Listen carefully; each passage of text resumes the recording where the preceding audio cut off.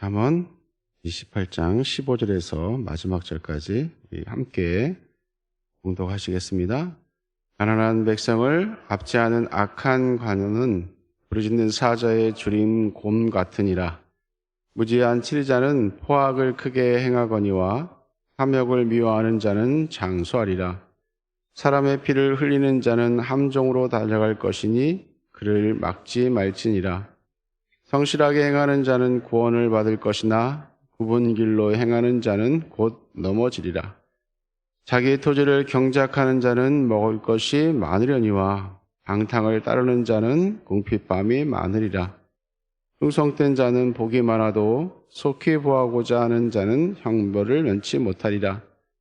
사람의 낯을 보아주는 것이 좋지 못하고 한 조각 떡으로 말미암아 사람이 범법하는 것도 그러하니라. 악한 눈이 있는 자는 재물을 얻기에만 급하고 빈궁이 자기에게로 임할 줄을 알지 못하느니라. 사람을 경책하는 자는 혀로 아침하는 자보다 나중에 더욱 사랑을 받느니라.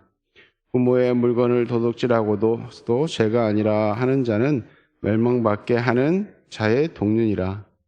욕심이 많은 자는 다툼이 일으키나 여호와를 의지하는 자는 풍족하게 되느니라. 자기의 마음을 믿는 자는 미련한 자요 지혜롭게 행하는 자는 구원을 얻을 자니라. 가난한 자를 구제하는 자는 궁핍하지 아니하려니와 못본 채 하는 자에게는 저주가 그리라. 악인이 일어나면 사람이 숨고 그가 멸망하면 의인이 많아지느니라. 아멘. 기도하겠습니다. 거룩하신 하나님 감사합니다. 이 새벽에 저희를 불러주시고 하나님 말씀 앞에 서게 하시니 감사합니다. 이 시간 그 말씀을 통하여 우리 심령이 새로워지고 오늘 하루도 주님 안에서 하나님의 영광과 기쁨을 돌리는 오늘 삶이 되어주도록 우리 하나님 도와주옵소서. 하나님께서 이 시간 말씀하여 주옵소서. 예수님의 이름으로 기도하옵나이다. 아멘.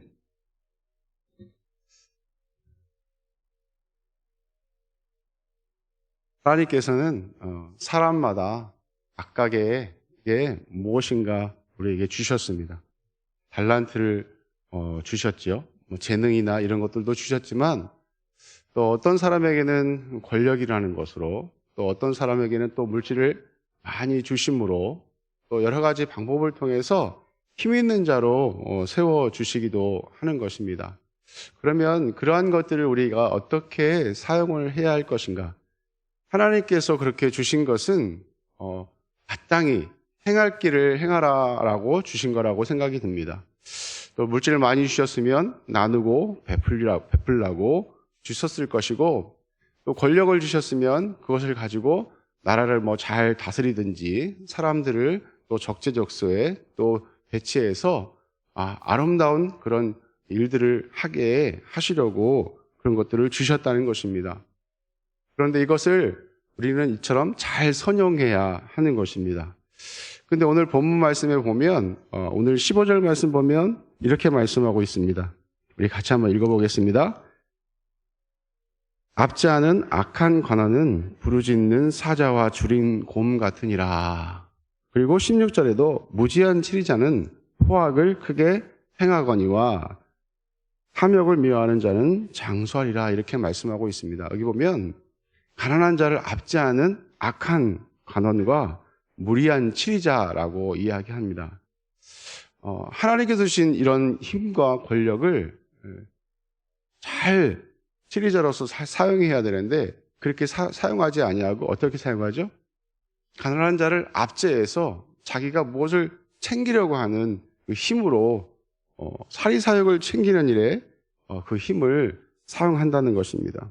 그러한 사람은 부르짖는 사자와 줄인 곰 같다 이렇게 이야기합니다. 아무 생각이 없습니다.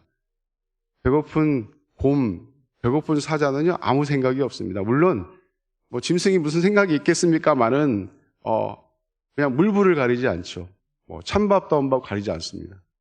무조건 배만 채우면 된다라고 생각하는 것이죠. 그런데 하나님께서 우리를 세워주신 것은 이렇게 살라고 세워진 것이 아니라는 것이죠. 하나님께서는 가난한 자를 불쌍히 여기십니다.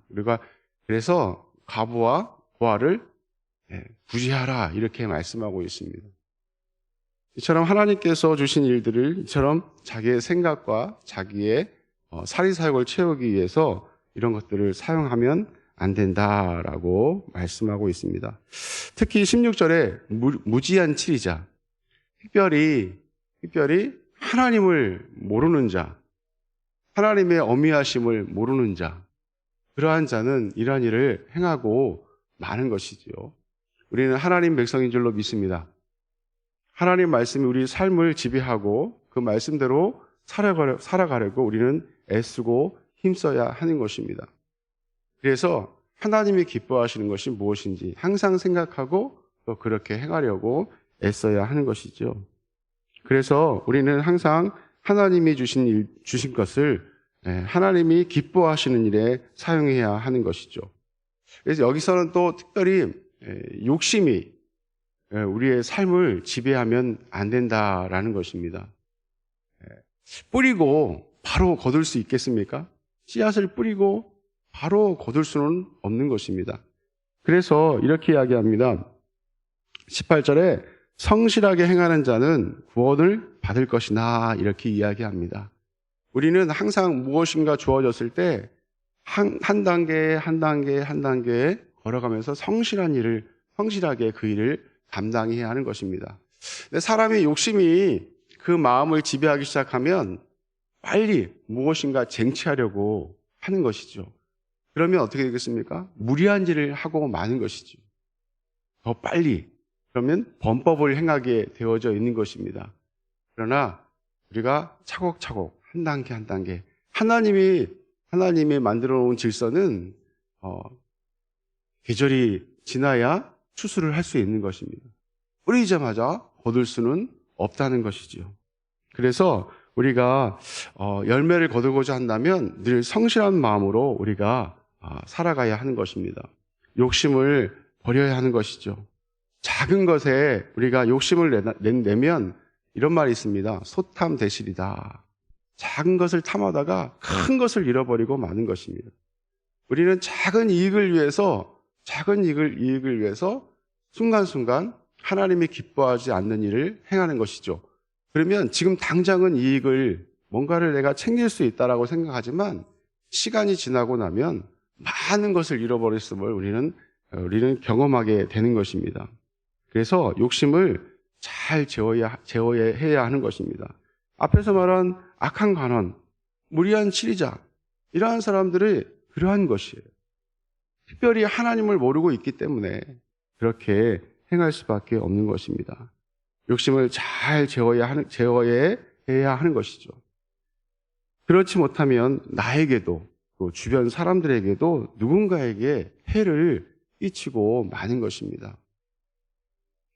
욕심은 채워지지 않는 것입니다.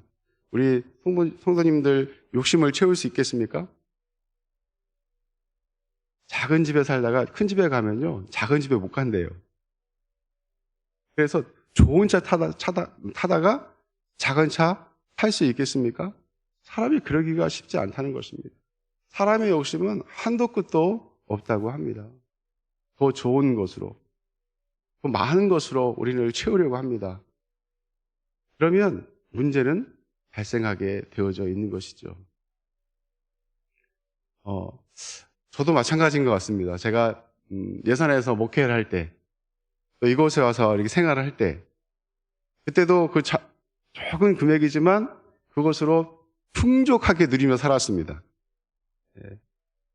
여기 와서 더 많은 것으로 물론 풍족하게 살고 있지만 가만히 생각해 보면 사람이 그렇게 되어져 가는구나라는 생각이 듭니다. 그래서 굉장히 좀 절약하며 살려고 애쓰고 또 그것을 통해서 선한 일을 하려고 애쓰고 그렇게 인식을 하며 살려고 애쓰는데 사람은 점점 욕심이 한도 끝도 없어지는구나 하는 것을 깨닫게 되는 것입니다. 그래서 우리는 25절 말씀을 우리 한번 같이 읽어보겠습니다. 시작. 다툼을 일으키나 여호와를 의지하는 자는 풍족하게 되느니라. 중요한 말씀입니다. 욕심이 많은 자는 다툼을 일으킵니다. 누군가가 싸워서 쟁취해야 되죠. 욕심을 채워야 되는 것입니다. 그러면 자꾸 다툼이 일어나는 것입니다. 그러나 여호와를 의지하는 자는 풍족하게 된다, 이렇게 말씀하고 있습니다. 사도 바울은 자족하는 비결을 배웠다, 이렇게 말씀하고 있습니다.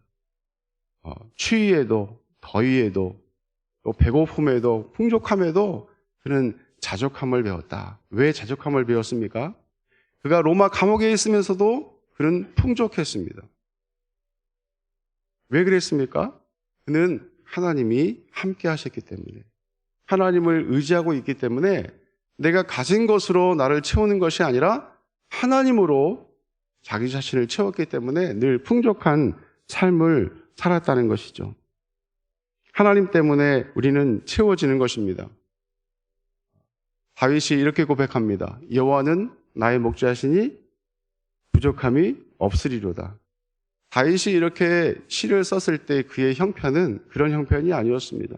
누가 보아도 부족한 것이 너무 많고 불행한 그런 삶이었는데 그는 이렇게 고백합니다. 여호와는 나의 목자시니 부족함이 없다. 우리 성도님 삶이 부족함이 없는 삶이신지, 결핍이 많죠, 결핍이. 이것도 채워야 되고 저것도 채워야 되고. 그러면 우리는 우리 얼굴에서 웃음이 사라지고 마는 것입니다. 걱정, 근심이 우리를 가득가득 채우는 것입니다. 왜냐하면 우리 하나님을 의지하지 않기 때문에 그런 것이죠. 하나님을 바라보지 못하기 때문에 그렇습니다. 저도 요양원에 와서 한 2년 동안 정말 새로운 경험을 하는 것이죠.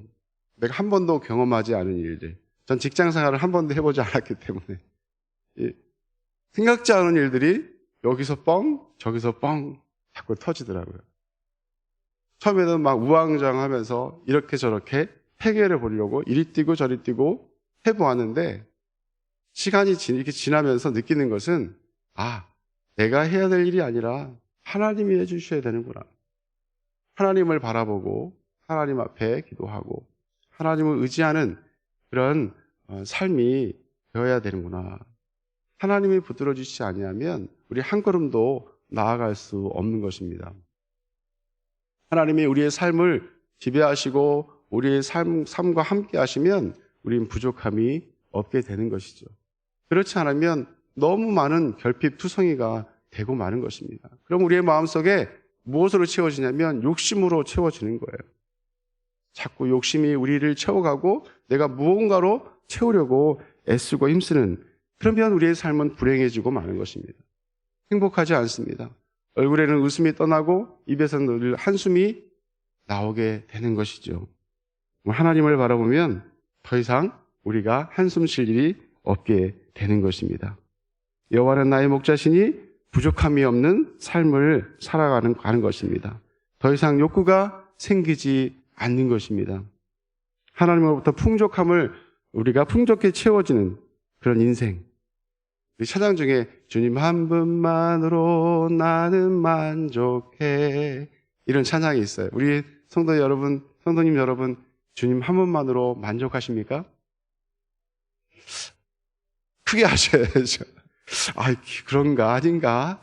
만족한가 아닌가? 다시 한번. 주님 한 분만으로 만족하십니까? 오늘 하루도 밖에 눈이 오지만 하나님 안에서 나의 삶이 하나님이 나와 함께 하시니 나는 풍족하다. 풍족하다. 하나님 의지하면서 오늘도 기쁨으로 하루를 승리하는 저와 여러분 되기를 예수님의 이름으로 간절히 축원합니다. 이 시간 함께